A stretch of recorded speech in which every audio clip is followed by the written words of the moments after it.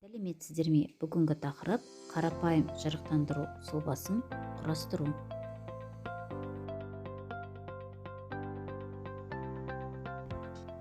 Алдарыңыздағы анимациялық бейнероликте сұлба жинаудың әрбір қадамы көрсетілген.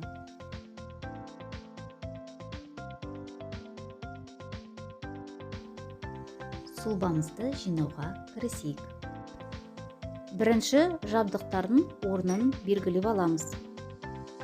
Содан кейін белгіленген орынға жабдықтарды бекітуге кірісеміз.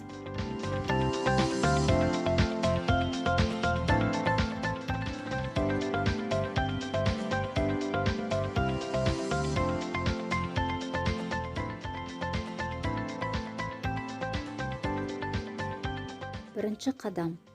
Тоқ көзіне қосылатын қоректендіруші розетканың фазалық клеммасынан фазалық сымды автоматты ажыратқышқа жалғаймыз. Екінші қадам. Розетканың нөлдік клеммасынан нөлдік сымды тарату қорабының нөлдік шинасына жалғаймыз.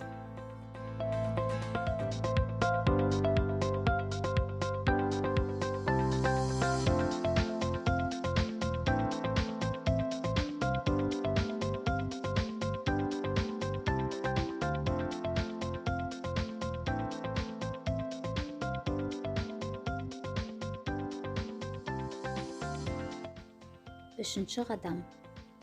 Автоматтық ажыратқыштан сымды тарату қорабының фазалық шинасына жалғаймыз. Төртінші қадам. Ажыратқыштан сымды тарату қорабының фазалық шинасына бекітеміз. Сымдардың шығып кетпейтіндей бекітіліп тұрғанына көз жеткізу керек.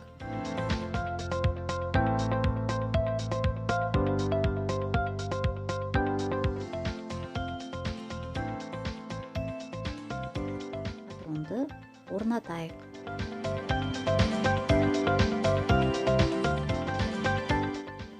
Жарықтандыру сұлбамыз қолданысқа дайын. Сұлбамызды тексеріп алайық. Электр тізбегін тоқ көзіне қосып, ажыратқыштарды қосып, шамның жанып тұрғанына көз жеткіземіз. Назарларыңызға рахмет.